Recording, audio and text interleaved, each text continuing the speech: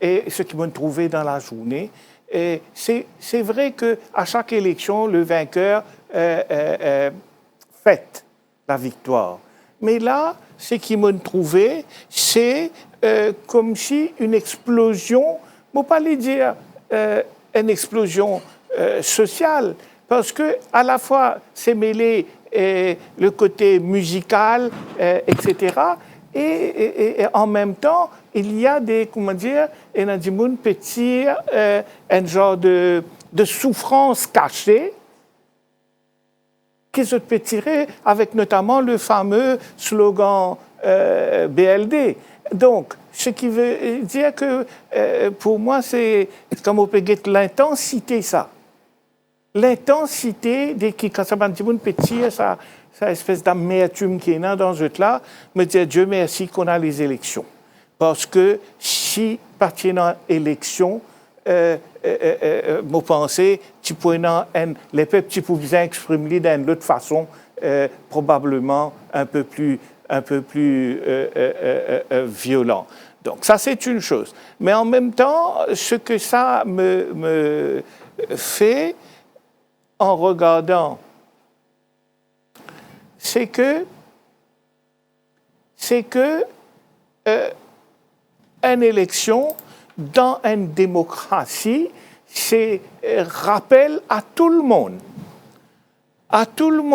et en premier aux politiciens, qui est l'autorité suprême dans la société. Autrement dit, qui est le souverain de la société. Autrement dit, qui est le maître de la société.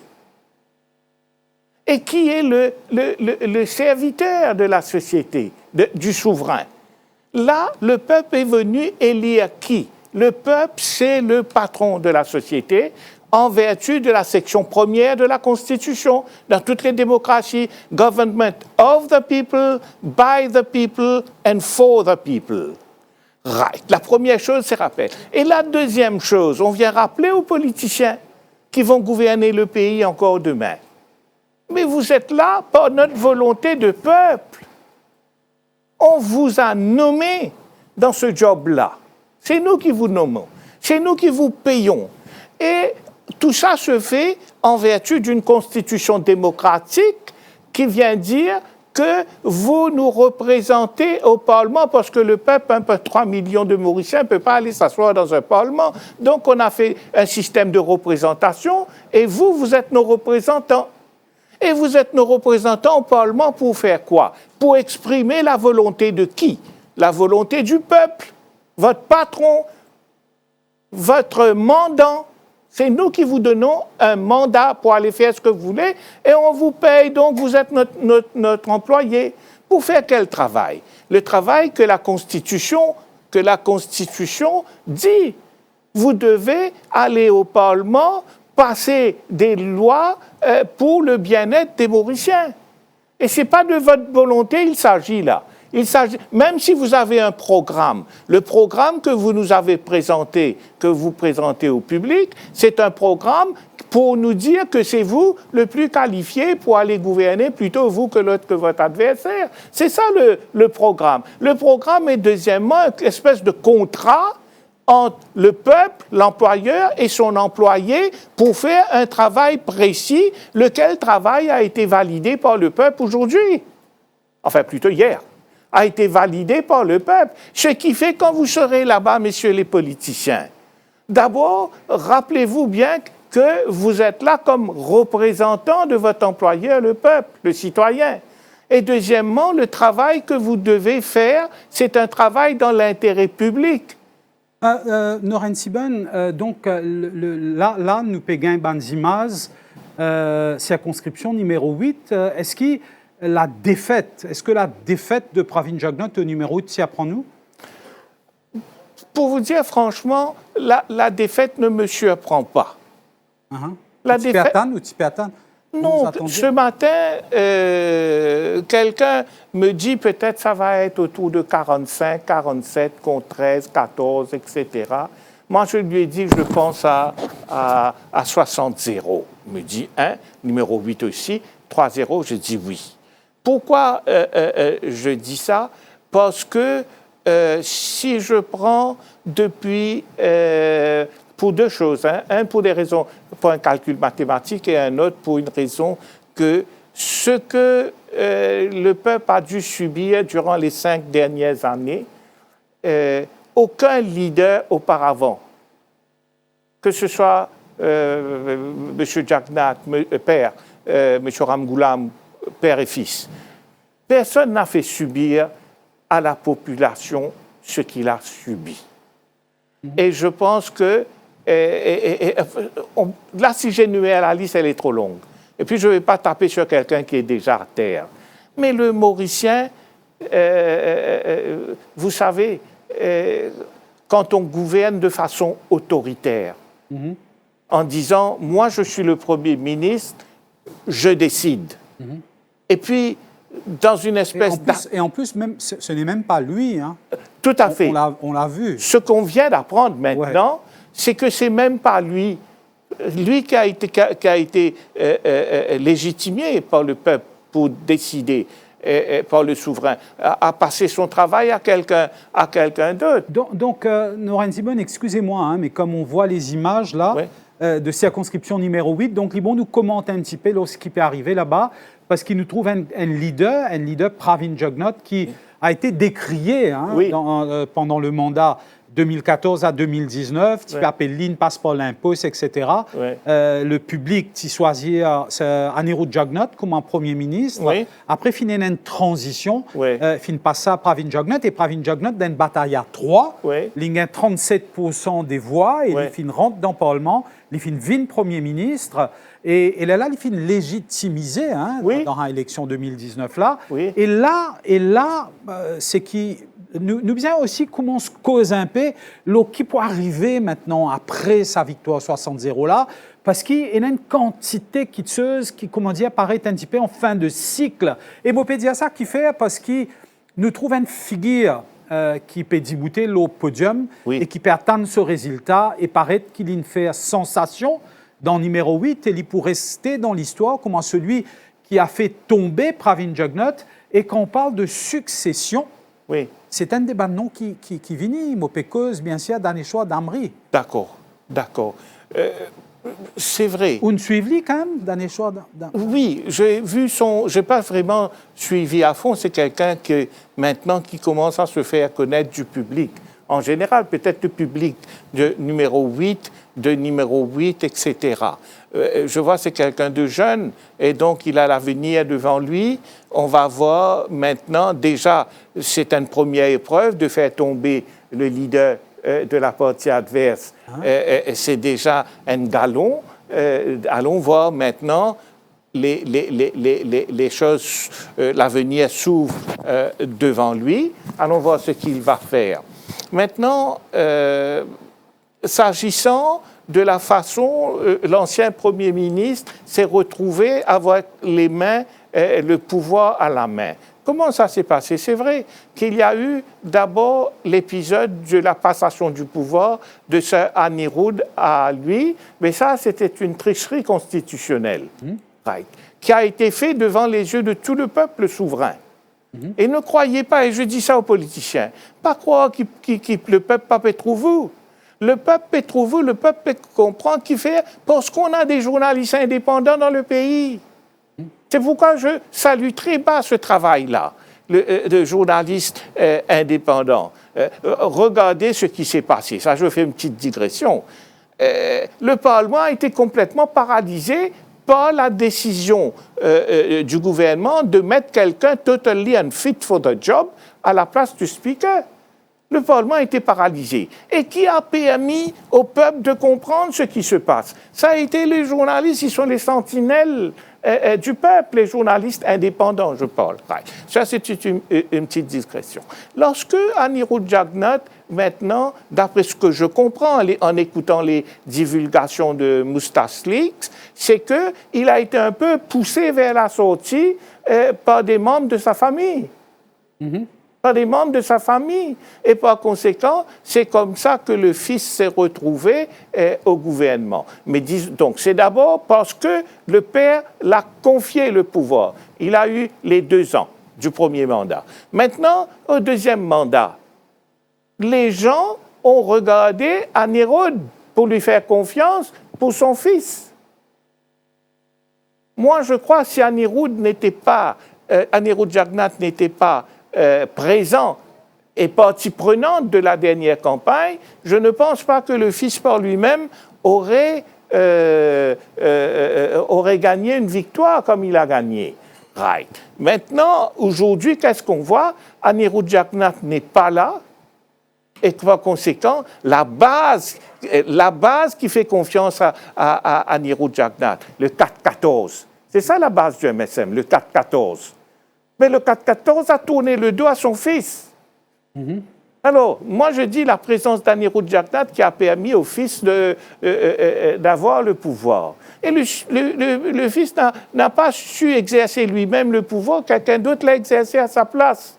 Et ça que le souverain, hier, le peuple, le maître de la société, l'autorité suprême, a sanctionné aujourd'hui, et sanctionné sévèrement. Oui, et même dans numéro 8, c'est parce qu'il nous peut faire un petit prélude à la déclaration des résultats au numéro 8, donc Noren Siban, et l'avance d'Aneshwar Damri bat Pravin Jagannath par plus de 4400 voix, c'est quand même conséquent. Ça, c'est une défaite très, très sévère qui donne la mesure de la déception du peuple, le maître de la société, le souverain. La déception est grande, la sanction est grande. La déception du peuple a été grande, la sanction contre le responsable, c'est-à-dire le Premier ministre, est grande. Ça me fait penser aussi à la défaite de Shivsagar en 82, et que donc c'était... Bon, à l'époque, le contexte était différent. On avait eu 2 dévaluations en moins de 5 ans. On a eu 3 cyclones importants en moins de 5 ans. La situation économique on était en pleine crise, et donc le peuple a sanctionné Shivsagar. Aujourd'hui, on n'avait ni cyclone, ni dévaluation officielle. Mais le peuple a été déçu sur d'autres plans. Et cette façon de gouverner dans la discrimination, dans l'injustice, avec autorité, et donc je me souviens là même comment les journalistes devaient aller à la police, passer leur journée, aller donner des explications par la simple volonté de la police comme ça, une façon de faire très arbitraire, très autoritaire, etc. Donc, ça qui a été sanctionné aujourd'hui. Donc voilà, et là, je vois que le returning officer dans la circonscription numéro 8 est en position, et encore une fois, c'est la circonscription de Pravin Jagannath, fils de Sir Anirudh Jagannath, qui prend la main avec Anirudh Jagannath pendant le mandat 2014 à 2019, et qui a ensuite été légitimisé, mais en minorité, parce qu'il faut le dire, qui Pravin Jagannath, il subit... Voilà. Donc, Moton Returning Officer peut causer, les temps qui nous gagnent l'opportunité passent là-bas, passent le son. Voilà. Bonsoir tout le monde. Maintenant, Bonsoir. nous vous proclamons les résultats pour la circonscription numéro 8, quartier militaire Moka. Mais avant cela, je tenir à remercier mon ban collègue qui est à côté de moi et mon ban staff qui travaille à pied d'œuvre depuis que l'élection fin déclarée. Je aussi tenir à remercier la police et tous les autres départements, y compris les candidats, pour votre coopération.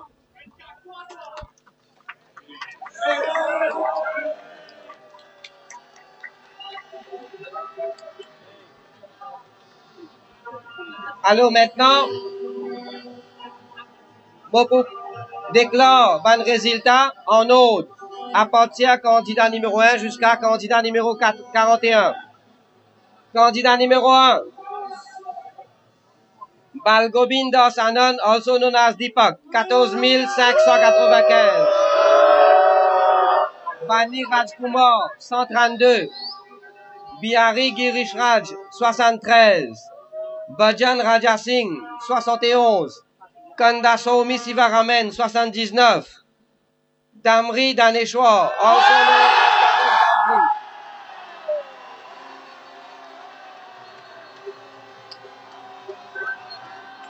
25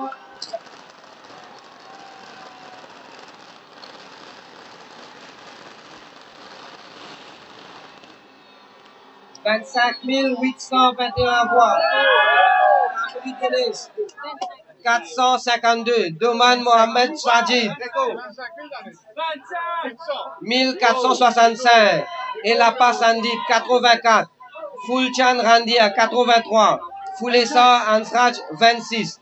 Gunja Eman Kumar, 39. Gunja Umesh, 41. Gunja Tisan Kumar, 44.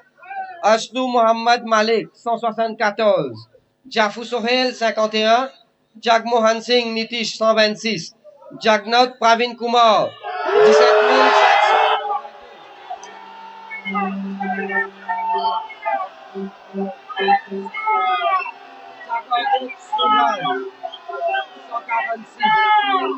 Lachuman Yeshna,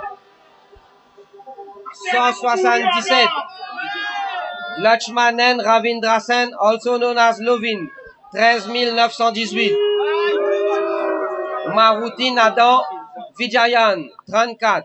Naga Sanyog, 43. Nastili Radiv Ramsami, 36. Nazurali Mohammad Khalid, 217. Panikan Dillevi, also known as Gemini, 1929. Production Désiré Jean Ricardo, 99. Rajkumar Bidwanti, 282. Ramasomi Dinesh, 111. Ramchan Aman, 121. Ramlakan Puja, 39. Ramnochan Randia, 46. Rampeasad Ramprakash, 24. Raghu Rohit, 36. Rajbali Mohammad Shamim, 151. Soboran Prasan Kumar, also known as Vishal, 1735. Somali Abdul Farouk, 171. Sumiati Pritam, 102. Tanu Babita,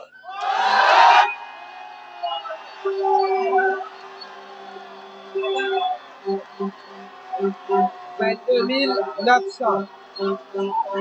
Faradan Sabapati Sundararajan, 126. Venkatasamy Painivel, also known as Govindan,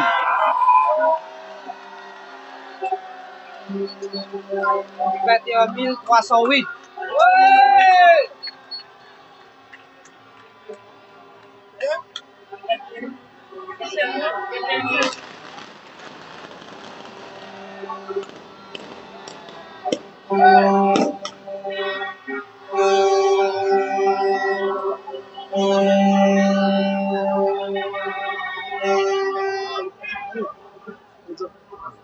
I therefore declare elected to serve the National Assembly for the constituency number 8, quartier militaire and Moka, Damri Daneshwar,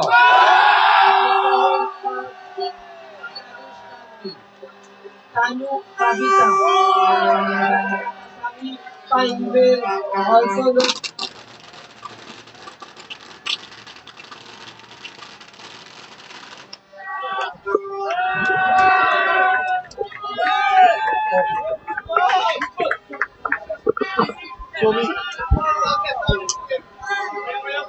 C'était la programmation. Le nouvel camarade, circonscription numéro 8. S, D, 3,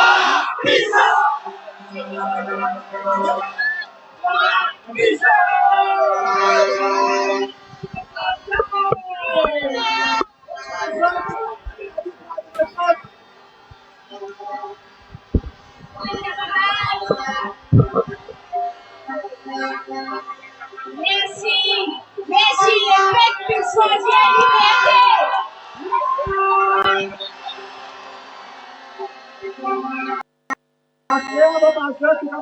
Donc, Ban camarade numéro 8, bonsoir! Nous nous n'avons fait cette attente là. Qui nous dit à nous bouffer en lit? Astrid, un travail là commencé, mon remercie pour votre patience, pour votre coup de main, pour votre soutien. Nous ne réussi libé numéro 8. Astrid, un travail là commencé, mon Dieu, rentre bien à la case. Nous continuons demain. Encore une fois, merci pour tout.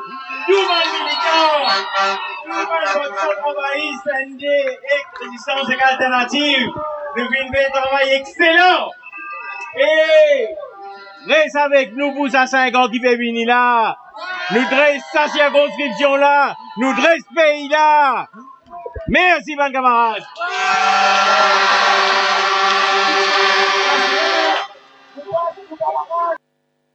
Donc, sans surprise, 3-0 dans circonscription numéro 8 et Mokro, c'est circonscription critique.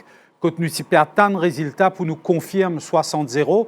Et effectivement, nous pensons qu'on gagne aucun pointage dans la circonscription numéro 17. Et là, nous allons vers proclamation des résultats circonscription numéro 17. Donc, nous trouvons les 3 candidats de l'Alliance du changement qui déjà là-bas, notamment Ajay Ganes, l'éternel du MSM, Richard Duval et Michael Sikian du Parti Travail. Donc, nous pouvons écouter proclamation des résultats dans circonscription numéro 17. Voilà, c'est en train d'être fait. Number 17, Cupid and Midlands. In first position, Young Sikian, John Michael.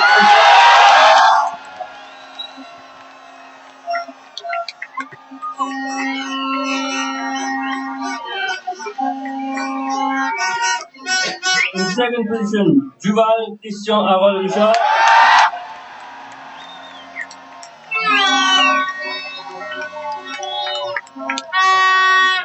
And in third position, Ganesh Govindranath.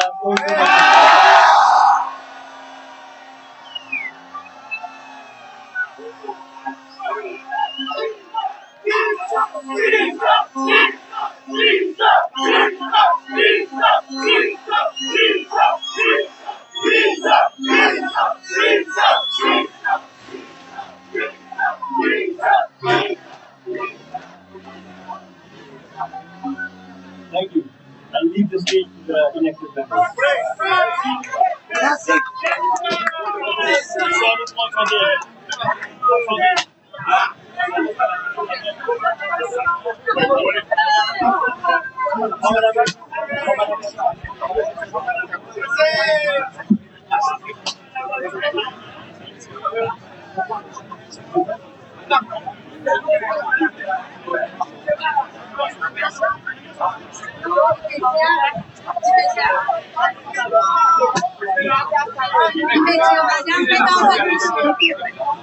Donc voilà, nous gagnons proclamation des résultats sans qu'ils nous gagnent ban résultats détaillés. C'est, je crois, nous suivre, nous pas fin. C'est le premier résultat qui nous peut gagner circonscription numéro 17, pareil comme un partout, 3-0 pour l'Alliance du changement.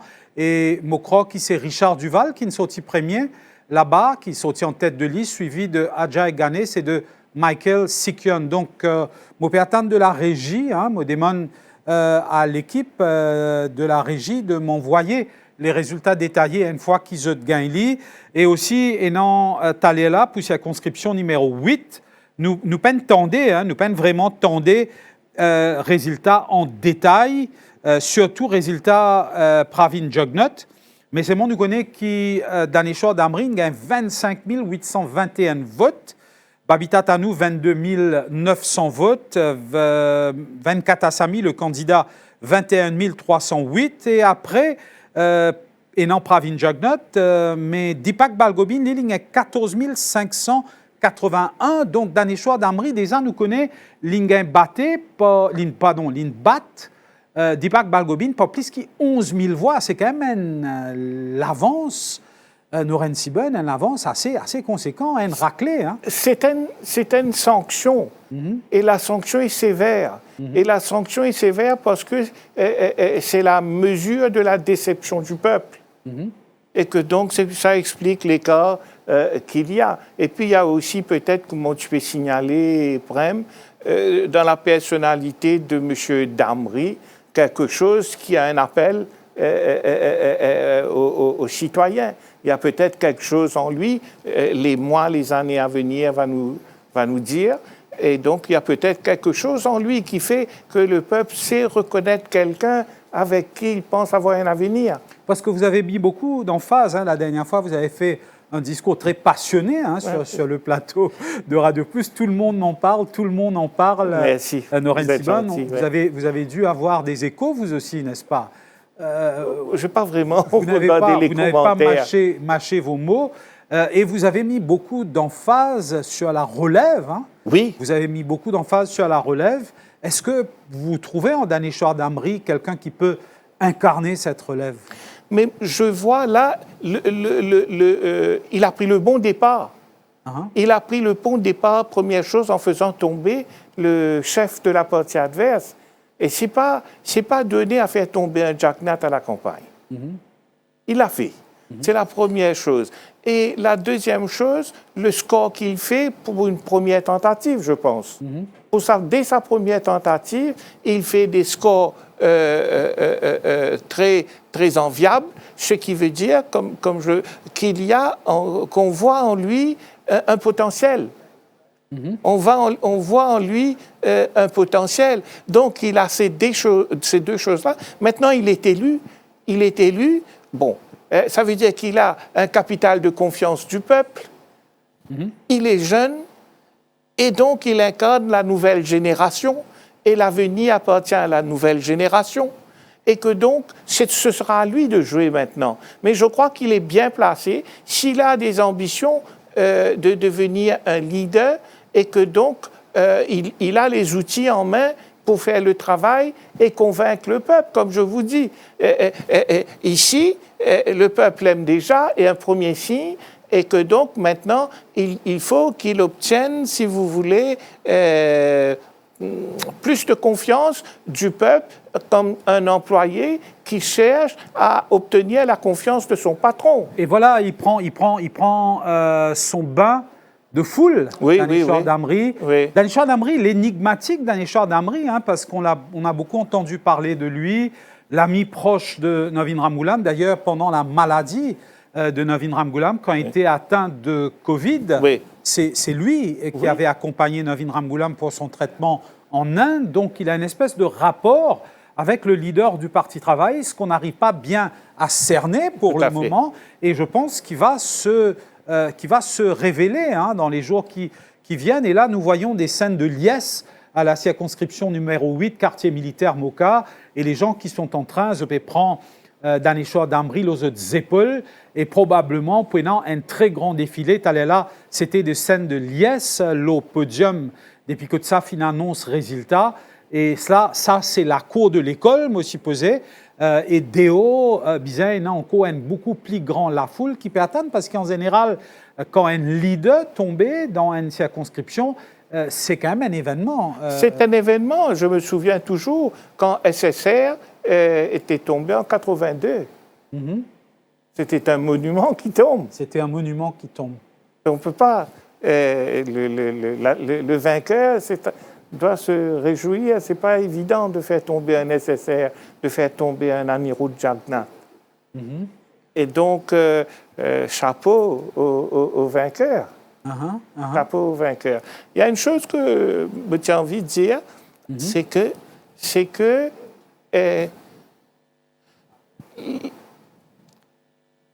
quand vous me parlez de M. Damri, et je le vois là, je me dis, l'île Maurice a toujours été gouvernée, sauf pour le cas précédent, l'ancien régime, gouverné par des leaders des générations 70, 80, 90. Là, on aura 5 ans de leadership, de leaders qui sont émergés des années, fin des années 70, 80. Et que si M.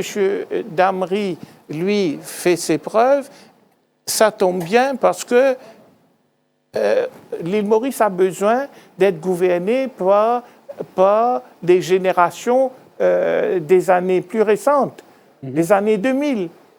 Parce que l'île Maurice a bien changé, l'avancée technologique, aujourd'hui, tout se fait par la technologie. et que donc... mais en parlant de cette transition des générations 70-80 aux générations des après, je vous dis ça pour quelque chose d'important. C'est que la politique consiste, pour un politicien, non pas de traduire en politique sa propre volonté, mais c'est la volonté du peuple. C'est ça toute la différence. Si vous traduisez si vous imposez votre peuple, votre propre volonté, vous traduisez votre volonté en politique et que vous l'appliquez, vous imposez votre politique au peuple. Et c'est ça qui a été fait de manière un peu inconsciente durant les 5 dernières années. Je vous donne un exemple. L'exemple, c'est la FCC, le Financial Crime Commission. C'est une loi qui aura un grand impact sur la liberté du citoyen, sur son droit à la vie privée, sur sa sécurité. Et ce qui est incroyable, c'est que le peuple n'a pas été consulté. J'avais dit à l'époque, il fallait passer cette loi-là au cours d'une campagne électorale. Comme les élections arrivent, il fallait donner au peuple, avoir le sentiment de peuple, parce que cette loi-là a trop d'implications pour les droits fondamentaux du peuple. Et la deuxième chose qui m'a un peu à la fois choqué et irrité, c'est que quand on fait cette loi, on la passe au Parlement en fin de décembre. En fin de décembre, quand les gens préparent la fête de fin d'année, vous passez une loi aussi importante. Vous êtes en train de couillonner le peuple, lui imposer une loi. Et ce n'est pas comme ça qu'il fallait faire. Il fallait soumettre cette loi-là, attendre un peu, dans une élection, ou bien procéder, si c'est en 2 élections, à des consultations. Aujourd'hui, c'est possible de consulter. On peut traduire la volonté du peuple lorsqu'on fait la politique. Avec tous les moyens Facebook, il y a 1 million de comptes presque sur Facebook. On peut demander l'avis du peuple aujourd'hui. Toute la population, on a 1,3 habitants, on a plus d'1 million de comptes Facebook. Aujourd'hui, on peut demander au peuple ce qu'il veut, ce qu'il ne veut pas. Vous, les politiciens, vous êtes des employés du peuple. Vous êtes là pour traduire en politique la volonté du peuple. Et là, excusez-moi, ouais. Je vous interromps parce que c'est des images importantes. Je crois que c'est Navin Ramgoolam qui arrive. Oui. Oui, c'est bien Navin Ramgoolam qui arrive à l'école pour la proclamation des résultats à Pamplemousse-Triolet. Donc, ouais. C'était une circonscription qui nous peut attendre depuis longtemps. Hein. Oui. Nous avons l'impression que sa proclamation des résultats-là, tu peux faire tard dans la nuit, enfin, il est déjà très tard, mais nous peut trouver Navin Ramgoolam peut venir là, dans ce loto, et voilà. Donc, c'est quand même un événement aussi. C'est le Prime Minister-elect, comment l'anglais dit. Tout à fait, hein? Tout à fait. C'est le futur Premier ministre de Maurice pour les 5 prochaines années. Hein? Tout à fait. Assez exceptionnel parce que c'est des images historiques là qui nous fait trouver et là voilà. Et non, la foule déjà qui peut attendre lui, nous connaît qui sa santé, aller Navin, c'est tellement viral qu'il peut jouer sur tous les réseaux sociaux. Et j'ai même vu des images où on jouait cela et on dansait dans des mariages. Hein. Donc, c'est lui aussi, hein, tu allais là, tu dis ça pour Paul Béranger. Mais je crois que Navin Ramgoolam aussi, c'est un rendez-vous avec l'histoire. Parce que Navin Ramgoolam avait été battu dans 2 élections. Il a été battu dans ces circonscriptions. Il avait posé en 2014 dans la circonscription numéro 5 et en 2019 dans la circonscription numéro 10. Il était bel et bien battu. Hein. Tout à fait. Le fait qu'il revienne là, c'est quand même un événement en soi. Bon, oui, en parlant il a été battu. Oui, moi je préfère le mot sanctionné par l'employeur, par le peuple. Bon, il a eu, durant les 10 ans qu'il avait gouverné le pays, et donc le peuple avait jugé qu'il devait le sanctionner pour certaines choses, ils l'ont sanctionné, et que là, il paraît que le peuple a jugé qu'il a purgé sa sanction, et par conséquent, on le fait revenir. Et voilà, il monte les escaliers avec son épouse, Vina Ramgoolam, habillée tout de rouge, d'une frise losimaz. Donc voilà, Navin Ramgoolam qui monte l'escalier dans l'école, Côte-Poinonce, résultat dans circonscription numéro 5, Triolet.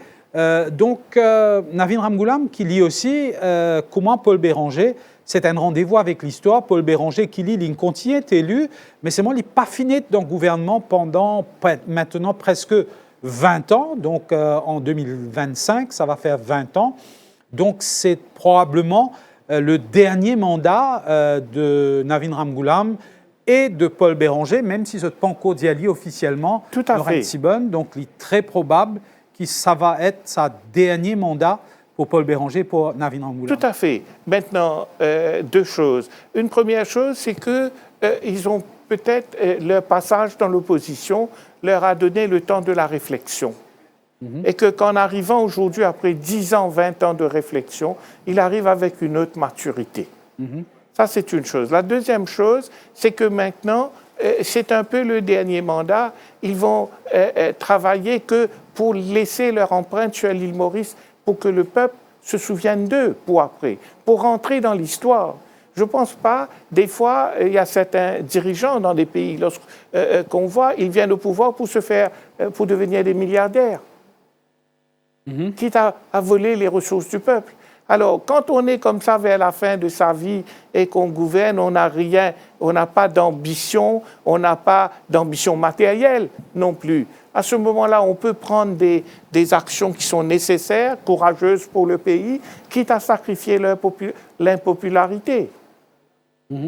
Quitte à sacrifier leur popularité, ils prennent les mesures douloureuses peut-être au début, mais que le pays a besoin pour progresser. Est-ce que vous sentez qu'il y a cette volonté chez ces deux vétérans, parce qu'aujourd'hui, ils n'ont pas le fardeau, ils n'ont pas la préoccupation d'être réélus? Non. Donc, est-ce que vous pensez que ça va leur donner un plus pour pouvoir faire les choses que le pays a besoin? Certainement, certainement. D'abord, ils n'ont rien à perdre, puisqu'ils vont pas... Normalement, les dirigeants ont peur de perdre leur popularité. Alors, au lieu de prendre des mesures, certaines mesures nécessaires, ils ne prennent pas attention de perdre leur popularité. Ici, ils n'ont pas de ce souci-là. Ça, c'est la première chose. Et puis aussi, il y a le fait que quand on arrive à cet âge, on préfère que mettre leur empreinte dans l'histoire du pays. Plus que des gains matériels, etc., etc. Je ne pense pas qu'ils ont besoin de gains matériels pour le moment. Maison, voiture, etc., grande vie, à l'âge où ils sont. Moi, je pense que ce qui leur parle maintenant, c'est plutôt être rentré dans l'histoire, comme ayant été un grand dirigeant.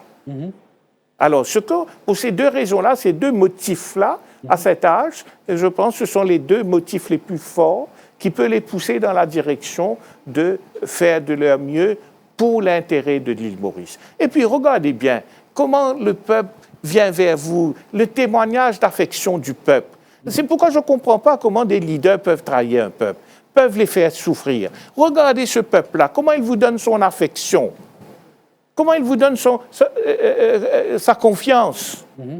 Comment vous pouvez trahir ça? Vous trahissez le peuple, vous trahissez Dieu. Oui, donc c'est évident aujourd'hui que le cycle politique Noren-Sibon à Maurice est de 2 ans maximum. Personne n'a pu faire un mandat de 3 ans, sauf bien sûr Sir Anirudh Jugnauth, mais Sir Anirudh Jugnauth l'a quand même fait sous différentes configurations. Ouais. Vous parlez de mandat, là. Oui, il a fait des alliances avec le Parti travailliste, après il a fait des alliances avec le MMM, puis le Parti travailliste encore bleu, blanc, rouge, etc. Mais à part lui, c'est Anirudh Jugnauth qui est quand même un cas d'école en lui-même, mais à part lui, il est clair aujourd'hui que des fois, le 3e mandat est assez inaccessible. Tout à fait. Et là, on a vu Pravin Jugnauth qui a quand même tout fait pour avoir ce 3e mandat. Il a donné. Au fait, il est en train d'annoncer des mesures populistes depuis décembre de l'année dernière. Oui, depuis le budget. Depuis le budget, et au risque de ruiner l'économie, hein, parce qu'il faut le dire. Je pense que ça a joué contre lui terriblement. Écoutez, je vais vous donner l'exemple de... Vous savez, le peuple n'est pas bête. Et puis, le peuple est informé, on a des journalistes indépendants dans ce pays. Et que donc, qu'est-ce qui s'est passé? On voit que ce que fait... on ne pourra pas gagner les élections en, comme on dit en créole, fan l'argent. En plus, ce n'est pas ton argent, c'est l'argent du public. Fan l'argent pour gagner l'élection? Non, il faut convaincre le peuple que tu mérites sa confiance pour avoir une élection. Ou pas capable de faner pendant 4 ans et demi, derniers 3 mois, ou commence fan l'argent, ou Dieu veut tout. Qu'est-ce qui s'est passé avec le gouvernement de 82 de Siusagar? Je suis bien fané, il est vrai, le contexte était difficile, mais je suis bien fané aussi. Vers la fin, ils disent très bien, ils n'avaient rien fait pour le chômage. À l'époque, il y avait des milliers de chômeurs. Le problème numéro 1, c'était le chômage. Alors, vers la fin du chose, à 3-4 mois des élections, je commence à recruter 10 personnes par milliers pour faire pour travailler. Quand le journaliste pose question, mais qui travaille là pour faire? Siusagar, à l'époque, répond, pour nettoyer l'herbe aussi, mais pour la race ici, race là-bas, nettoyer. On dit, vous avez 23 000 personnes. Et où on aura l'argent pour payer. Le public avait fini de comprendre que les politiciens, ils sont désespérés pour sauver votre pouvoir, sauver votre la peau, sauver votre place, votre prêt pour ruiner l'économie là. Et le public n'est pas bête. Il a vu avec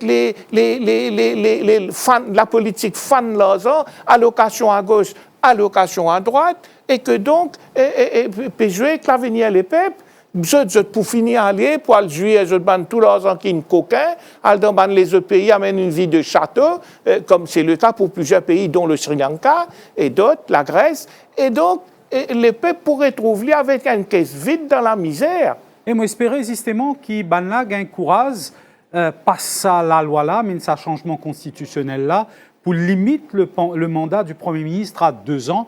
Fin annonce beaucoup de mesures, de réformes constitutionnelles. Donc, nous espérons qu'il ça pour un là-dedans. Et là, on a un résultat final de la circonscription numéro 8. Donc, si je t'ai en lit, moi, tu peux demander de faire un petit pause, nous passer à l'écran, si je te gagne lit.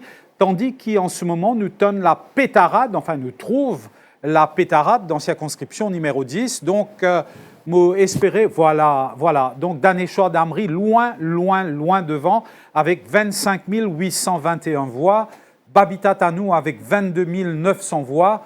Et Venkatasammy Pienivel, 21 308 voix. Et les 3 sont de l'Alliance du Changement. Et forcément, le premier de l'Alliance Les Peuples, c'est Pravin Kumar Jagnot, qui facilement 7 000 voix derrière Daneshwar Damri. Donc, il gagne 17 582 voix. Deepak Balgobin, vraie correction, 11 000 voix derrière Daneshwar Damri, 14 595 voix. Et Lutchmanen Lovin, 13 918 voix. Donc ça, c'est le résultat final. Merci, je ne réussis pas cela parce qu'il nous pas si vraiment tendé quand il annonce un résultat dans la circonscription numéro 8. Donc là, si je t'envie de faire un retour sur l'image, voilà.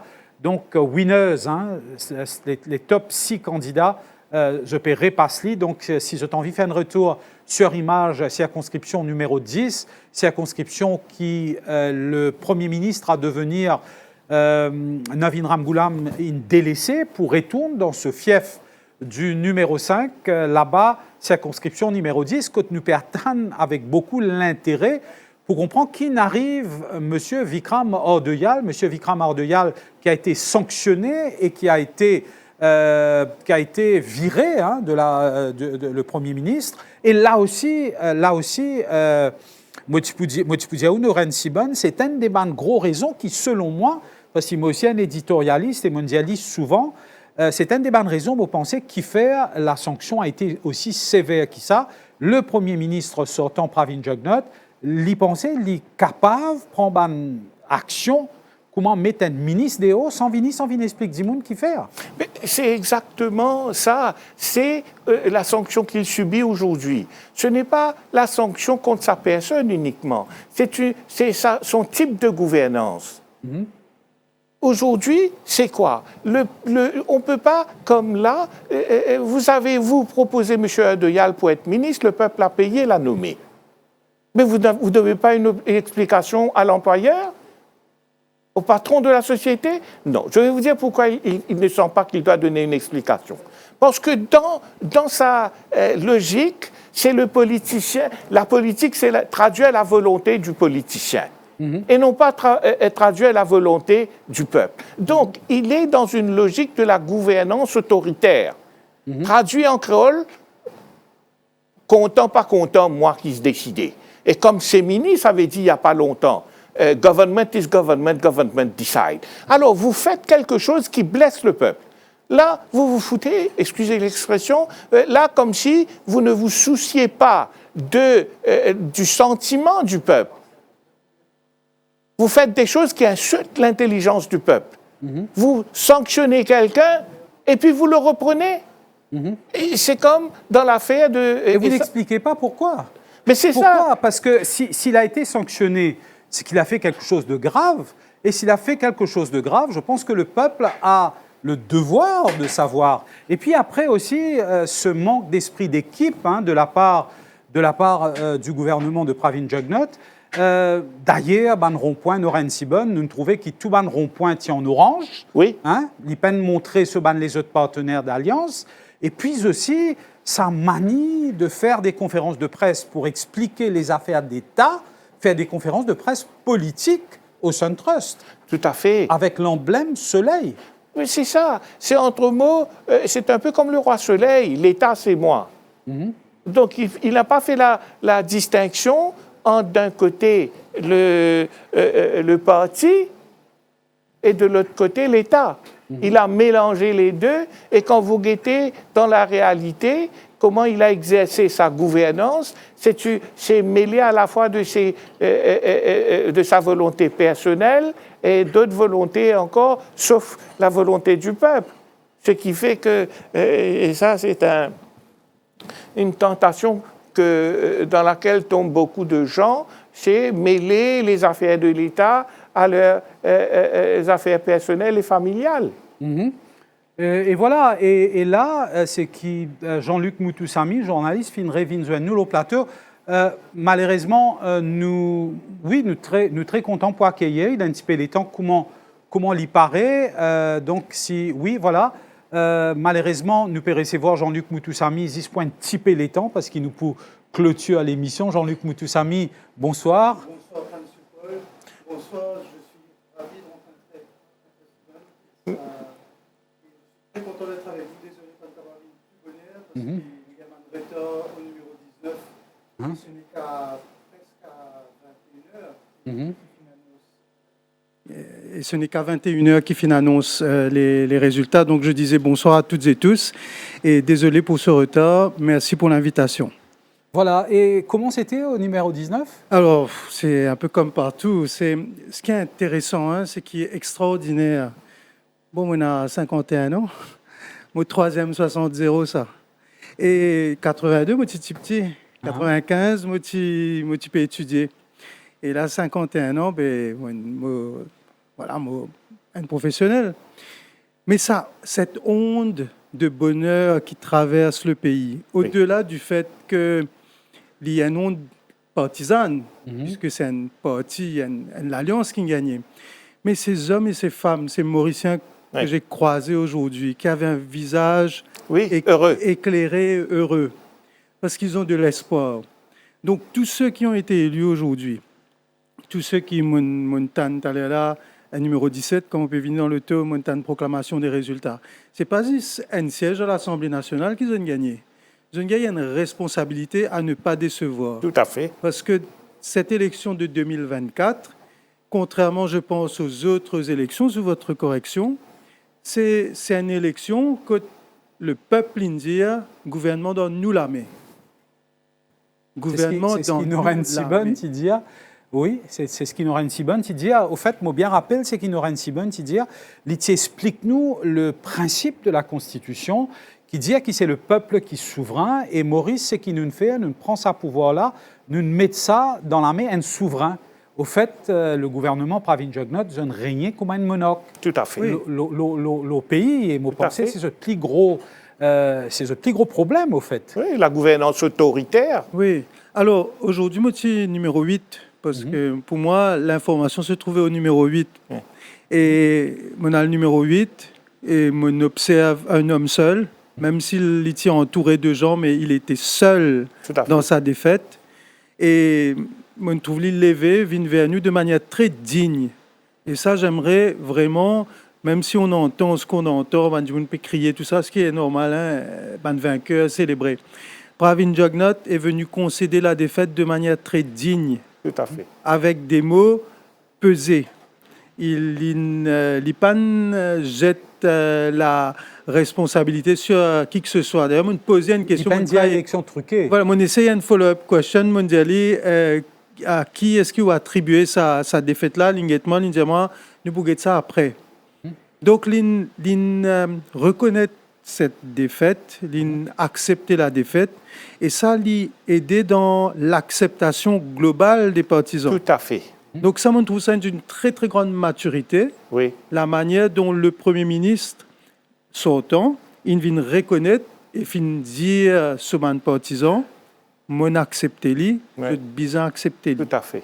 Et pas de reste tranquille, comme a dit, on a cassé dans une place, et pas dire non, comme ça, tu fais la montée, tu fais la montée. Donc ça cool down. Oui, et aujourd'hui, Pravin Jugnauth aussi, moi pensais à ce ban plus gros la fausse, c'est que personne aujourd'hui pas capable de nous carrer aussi gouvernance, mais pas carrer aussi qui pas tient à cœur ban plus vulnérable de la société, moi crois. Non. Alors bon, c'est aussi indépendamment pour quelle raison qu'il en fait, effectivement. Oui, c'est aussi une stratégie. Est-ce qu'il c'est compassion, est-ce qu'il c'est stratégie, donc qui peine moi aussi, d'ailleurs. Donc, mais Pravin Jugnauth, aujourd'hui, il retrouve dans une situation qui est extrêmement compliquée. Ce papa, ou parce est dit dans la défaite, moi bien rappelle, moi. 95, il est dit dans la défaite. Et puis, encore une fois, il y a une partielle, quand il y a une bataille à 3, et dans Flac. Flac Bonaccueil, numéro 9. Flac Bonaccueil, numéro 9. Satis-Fogou gagne l'élection et Saniro Jugnauth, il monte ça l'escalier-là avec sur la tête haute et il adresse sa public-là et en 2000, il revenit avec un bang, comme en anglais dire. Mais c'est moi aujourd'hui, seulement Pravin Jugnauth, c'est pas exactement le même cas de figure, parce que Boustas Sinata, c'est une quantité laqué fait blanc. Est-ce que c'est une chose qui surmontait ça dans la politique? Moi pas connais en tout cas. Il n'est pas pour évident. Surtout la défaite est terrible. C'est une élection rotin-bazar, ça. Tout à fait. Ça fait mal. Ça fait mal, ça, quand on voit les écarts. Mais moi, c'est ça l'image du jour pour moi. C'est le visage défait de Pravin Jugnauth quand même. Il est complètement anéanti par cette défaite, par l'ampleur de la défaite. Mais j'ai vu un homme debout et droit, devant les caméras, devant les micros, qui acceptait le verdict des urnes, un démocrate qui a pris la mesure de la sanction et qui est parti tranquillement. Donc ça, mon cas, pour lui faire justice, il faut le dire. Tout à fait. Rejoins-moi à ce que vous pouvez dire. Moi aussi, je note la dignité dans la défaite de Pravin Jugnauth. Ça, c'est une chose. Maintenant, la deuxième chose, est-ce que ça peut être surmonté à l'avenir? Le problème, c'est que les temps ont changé. Aujourd'hui, tout est on record. Vous allez, dans 5 ans, les élections, on va sortir les vidéos de Moustas. Comment le peuple va oublier? Oui, mais Noren Sibon, on a quand même sorti les vidéos du coffre-fort de Navin Ramgoolam, qui a été fatal en 2019. Tout à fait. Monté. Mais pour Ramgoolam, les gens n'ont vu que le coffre-fort. Ils n'ont pas vu les rapports de la commission d'enquête qui doit sortir. Moi, j'ai eu l'occasion de voir ce contrat criminel qui a été fait pour saigner l'île Maurice. J'ai vu ça, moi. Et que c'est la raison pour laquelle j'ai la position que j'ai. Alors, ce qui fait qu'on a vu que le coffre-fort, c'est tout. Mais ici, il n'y a rien de comparable entre ce qui s'est dit dans ces vidéos-là et le coffre-fort. Le coffre-fort, bon, c'est l'histoire à la limite. Ce bouc-là, il a dû prendre des bribes ou des commissions. correct. Mais ici, dans le l'X, là, ça va beaucoup plus loin. Ça touche le peuple dans son âme, dans son corps. Et puis votre esprit de légiste, Noren Siban, Oui. il y a quand même un cover-up d'un meurtre. On entend la voix attribuée à l'épouse du Premier ministre qui est en train de parler, prend des 100 000 roupies là, Vinkitsa avec PM. La corruption, le népotisme, le meurtre. Le Ce qui fait mal aux oreilles. Mais ce sont des crimes. Oui. Et maintenant, quand est-ce qu'il est valé légal? Il est valé légal, même si vous ne faites pas crime là, mais vous finissez comploter pour faire. Non, mais l'enregistrement là, il valé légal. Qui n'a vu Ramoulam, par exemple, ex-ministre de l'Intérieur pour faire avec ça? Non, moi je crois qu'il faut dire à la police d'ouvrir une enquête. Écoutez, arrêtez du monde pour oui, pour un non. Là, il y a des justifications. Qu'est-ce qu'on a besoin pour arrêter quelqu'un en matière pénale? Le doute raisonnable. J'ai écouté une vidéo, etc. Mais depuis combien... M. Jack Nat, ou la dame, c'est une figure politique de combien d'années? Tous les Mauriciens connaissent leur voix. Et ils sont capables de faire une raison en disant que oui, moi je crois que c'est... Par exemple, moi quand j'écoute ça, je dis non, c'est parce que j'ai entendu depuis des années, le politicien, tout le peuple est familier avec leur voix. Ils sont capables de se faire une opinion.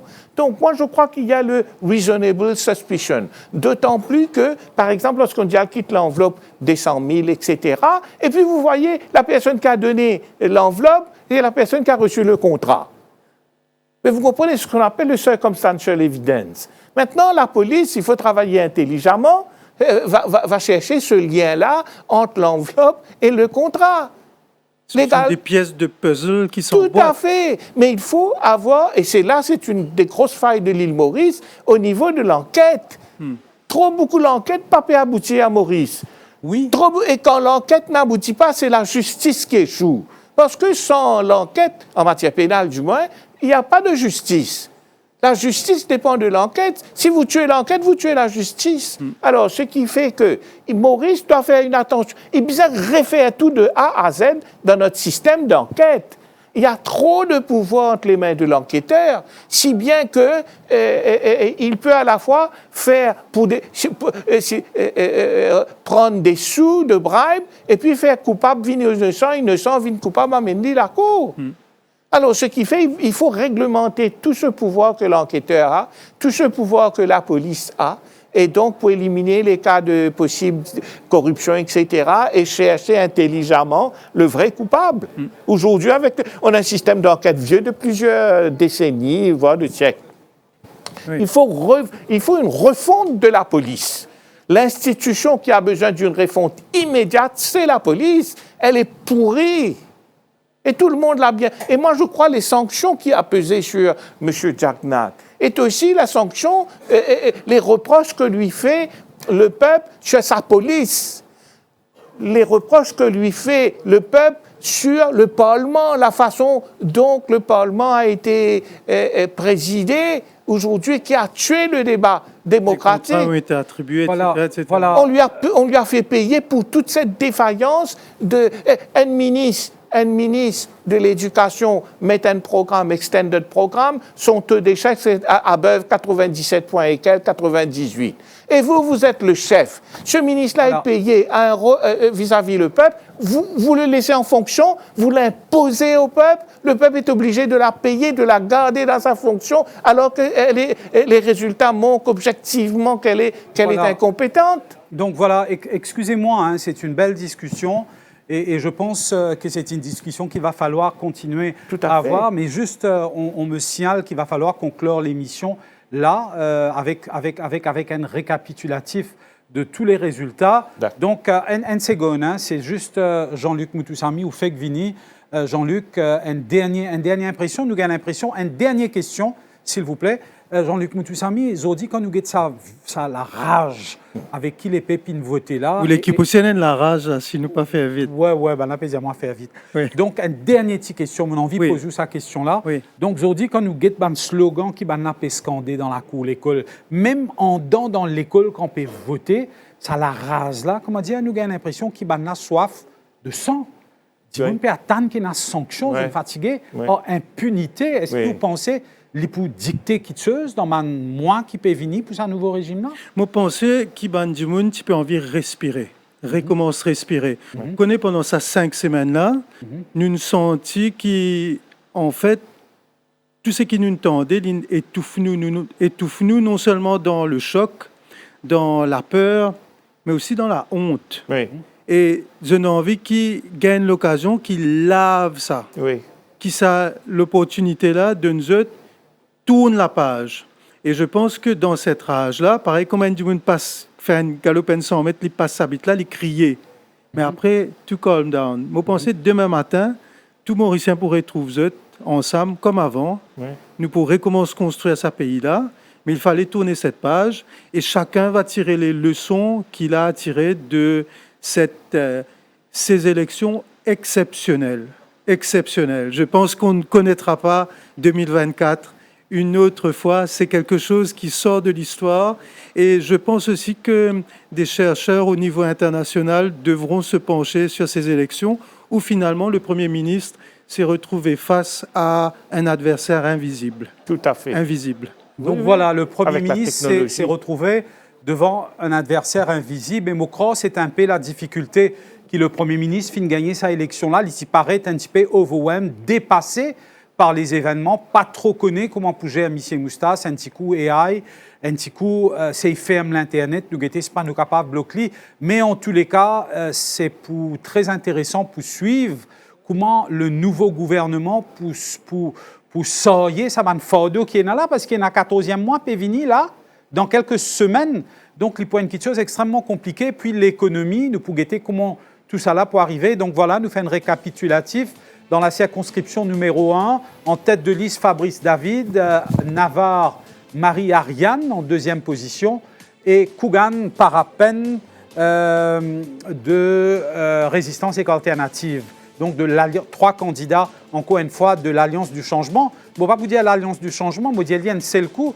Tous les 60 candidats qui n'élient, c'est un candidat de l'Alliance du Changement. C'est un 60-0 sans appel dans sa élection 2024. Là. Et voilà, numéro 2, c'est Ousmane Mohamed, 18 481 voix. C'est un des plus grands scores, plus faux scores. Après, il y a Reza Yutim en deuxième position et Farad Mir en troisième position.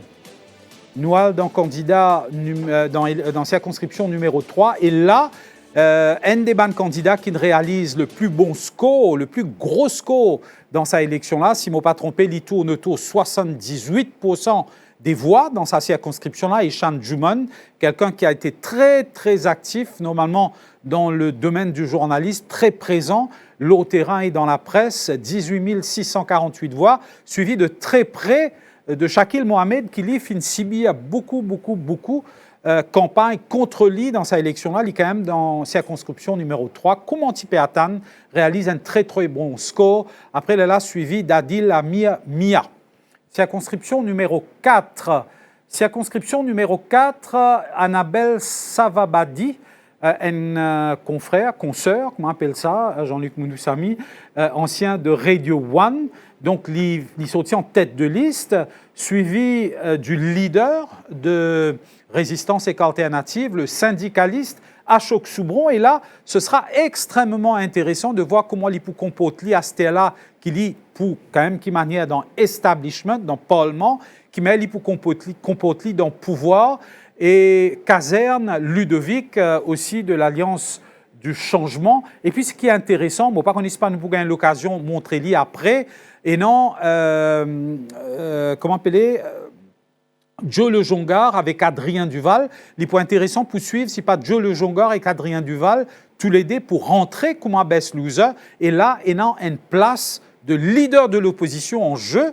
Et pas connaît, si pas nous trouvons Adrien Duval, leader de l'opposition, c'est de speaker maintenant, il pouvait leader de l'opposition. C'est quelque chose à suivre et très intéressant. Je ne tire numéro 5, hein, si est-ce qu'il nous capable de retourner le numéro 5? On ne peut non, pas capable de retourner le numéro 5. Et Grand B, Poudre d'Or, Mahen Ganga Parsad et Nitish Sharma, sorti second. Et Etwaria Rameshwar. Un journaliste. Un journaliste, voilà, un journaliste. Confrère suisse et mauricien. Voilà, une très grosse avance encore dans numéro 6. Hein. Maintenant, numéro 7, qui était le fief de Sanirou Jugnot. Écoute, le gouvernement dirigé par le MSM s'y posait faux. Et là aussi, Sandip Prayag, ce n'est pas les résultats finaux, hein, ce n'est pas les résultats proclamés. Raj Pentia et Sukhon Kaviraj Sharma. Voilà. Numéro 8 à présent, donc numéro 8, une cause abondamment Lola, Daneshwar Damri en tête de liste, Babita Tanu numéro 2 et Venkatasamy Pinvel. Désolé si je peux massacrer ou non, monsieur Venkatasamy. Circonscription numéro 9, Flac Bon Accueil. Et là, c'est un résultat proclamé, mon corps, 20 199, le retour du roi de l'Est, Anil Bechu. Raviraj Bichuk et Ramkelawan Chandra Prakash. Voilà, donc les 3 candidats de l'Alliance du Changement, qui 3-0 encore une fois. Et Chetan Baboulal, dans numéro 10, Montagne Blanche, Ramtoal Avinash, l'informaticien, Somtali Reza, donc probablement M. Vikram Ardeyal, Insoti 4e, donc nous pas connaissons les résultats, on a fait un signe de tête effectivement. Voilà, numéro 11 à présent, une autre circonscription, côté le gouvernement du MSM s'y posait faux, mais là nous trouvons Anishta Baburam du Parti Travail qui gagnait, suivi de M. Ashley Ramdas, un patronyme, lui aussi, Siben Manoj, donc les 3 candidats de l'Alliance du Changement. Maintenant, la circonscription de Bobby Hariram, circonscription numéro 12. Le très vocal Bobby Hariram, donc, il perdit. Et là, un autre nom qui est extrêmement intéressant, qui nous besoin retenir et qui nous besoin surveiller, c'est Ritesh Ramphal, qui sortit en tête de liste. Il y a Habitier sorti en tête de liste là-bas. Et puis, Tony Apollo nous trouve l'émotion parce qu'il, dans MMM, il posait et qu'il perdit plusieurs fois. Et après, 3e, Lucky Ram Chitra Dutt Singh. Il y a un nom qui nous connaît de manière plus courante. Donc, voilà. Les 3 candidats encore au numéro 12. Et au numéro 13, Kotiena, 2 géants, Kailesh Jagatpal et le ministre des Finances, Ranganaden Padeyachi, battus avec en tête de liste Roshan Jaman et Rajen Narsingen, qui fait un livre très, très, très, très visible dans l'isier public. L'Osa Ishu Later, qui tient là, et puis Rubna Doriaou.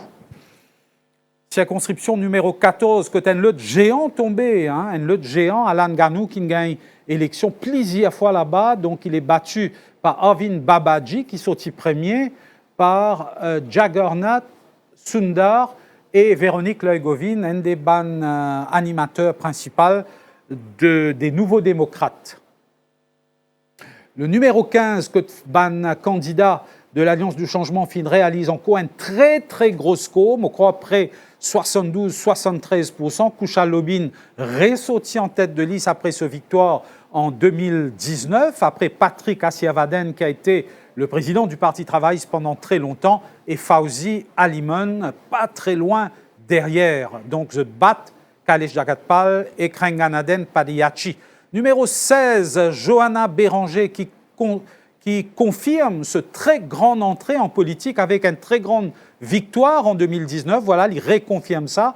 Il regagne un très très gros pourcentage. Je crois lui aussi, il dépasse 70% avec 27 779 voix. Et puis celle qui beaucoup militants peuvent compter pour jouer un rôle très important au MMM, Jyoti Jitan et Gondia Mahendra, qui pas très loin derrière avec 24 122 voix. Circonscription numéro 17, dernière circonscription, côte nous finit proclamation des résultats, côte le DPM, il a battu Stephen Obigadou, Michael Sikion en tête de liste, là suivi du leader des Nouveaux Démocrates, Richard Duval, et Ajay Ganes, l'éternel, le Evergreen Ajay Ganes, qui finit battu dans 2019 dans les rangs du MMM, et qui ont dit retrouve les chemins de l'Assemblée nationale.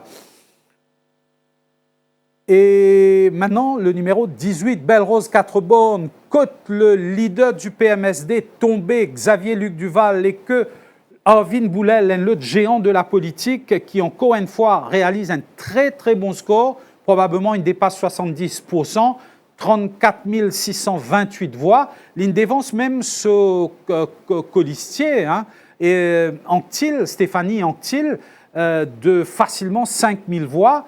Et après, en troisième position, nous gagnons Veda Balamoudi, donc battu Xavier Luc Duval et l'animateur principal de sa circonscription-là, Kavi Ramano.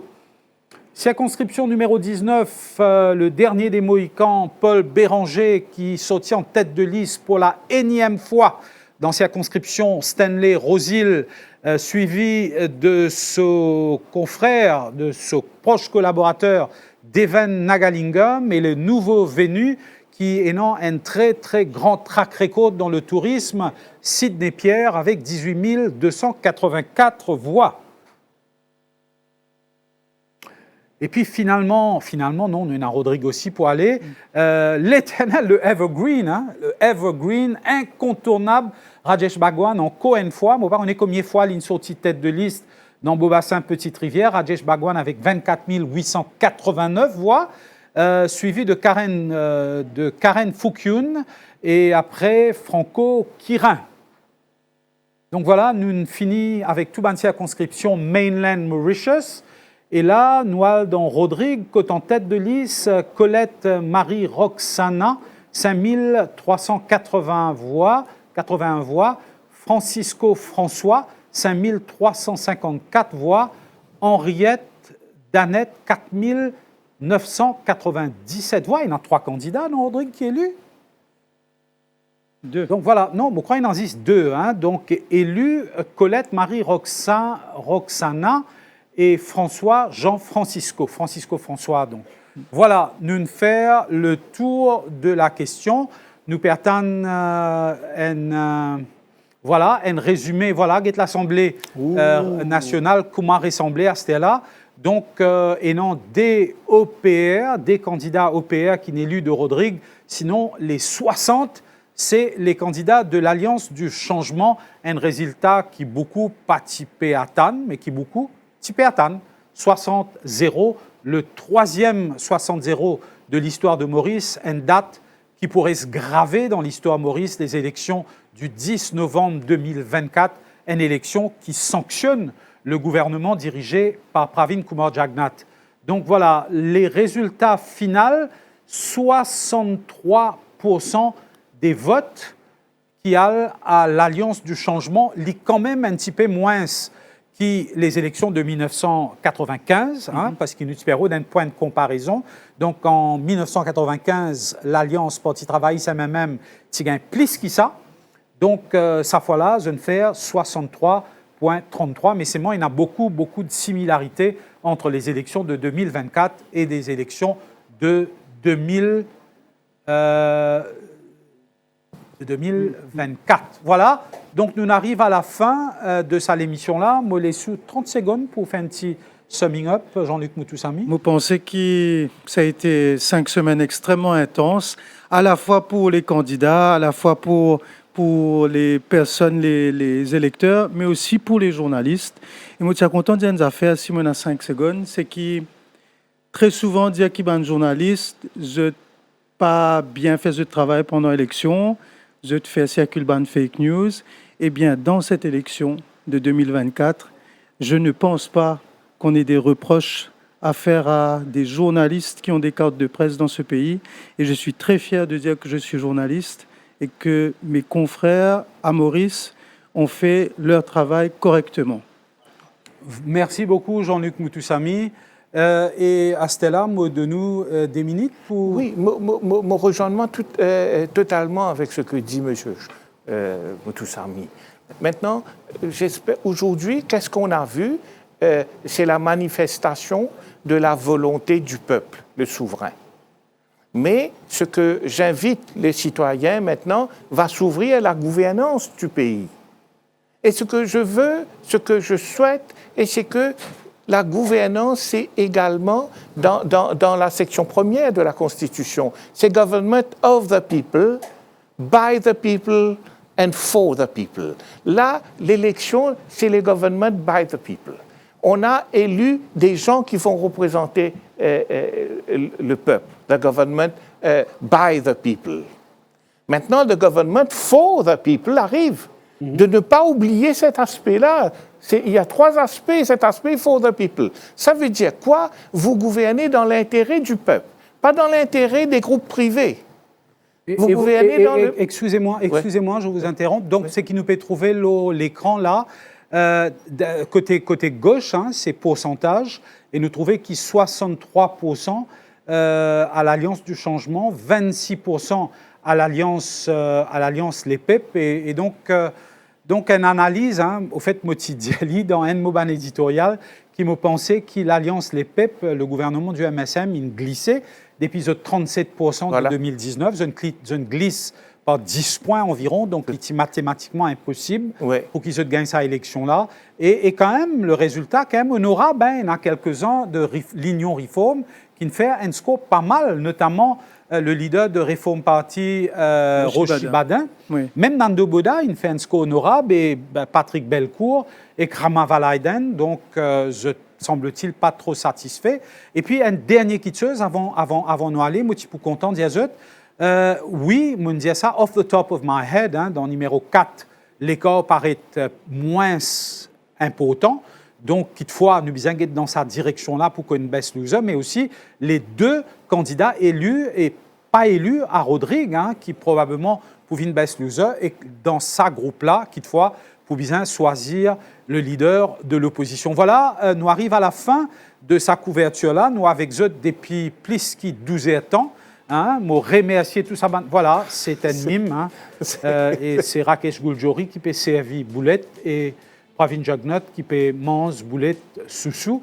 Donc, nous espérons, c'est un moment très, très dur, hein, pensez moi, pour Pravin Jagnat, pour lui, pour sa famille, ses bandes proches, parce que nous rentre à la tête d'un pays, nous penser, nous essayer, faire du bien, et probablement, il sentit déçu, probablement, il pourrait sentir l'ingratitude, probablement, c'est un moment très douloureux pour eux, et oui, célébrer dans l'aude, célébrer dans la discipline, un grand bravo à Ban qui gagne l'élection, et puis courage à Ban qui perdit. Nous espérons tout ça passe bien, tout ça passe dans l'aude, tout ça passe dans la liesse populaire et la discipline. Moi, quant à moi, je remercie toute sa grande équipe. Venan, excuse-moi, je ne suis pas capable de mentionner tout le monde. Hein. Je trouve Ruben, je trouve Niamal, je trouve Gavesh, je trouve Roshan. L'équipe football, oui. Une grande équipe. Sorry, moi abandonné. Une très grande équipe avec l'équipe dans Data Room de l'autre côté. Et puis, bien sûr, Jean-Luc Emile, Nawaz Nobucks. Et surtout, plus important, moi-même, quand je regarde ça, je frissonné la quantité d'immunes qui finissent suivre nous. Comment appeler? L'OSA des réseaux sociaux là. Et puis, je crois qu'il nous tout. Nous faisons un travail world class, et là, je peux faillir à mon devoir. Si je ne peux pas dire un grand bravo, pas parce qu'il porte le même nom que moi, c'est Satyam Supal avec l'équipe Accelerate Consulting, avec Ignite Africa qui finit faire nous, ça bande jolie graphique qui nous finit trouver pendant cette émission-là. Venen, merci beaucoup, merci de tout, du fond du cœur. Hein. Bravo à tous. Bravo, un très grand bravo. Bravo. Et bonne soirée aux auditeurs et aux téléspectateurs. Bonne soirée aux auditeurs et aux téléspectateurs. Take care.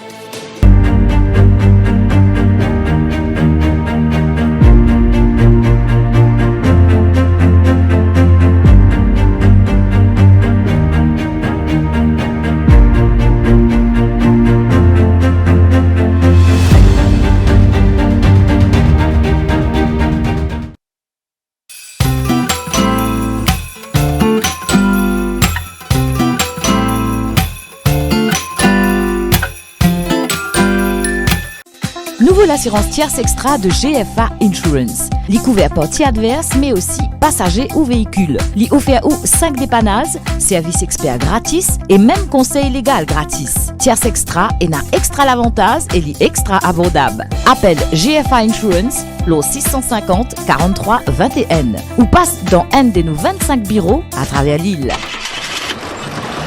GFA Insurance, insurance for the people.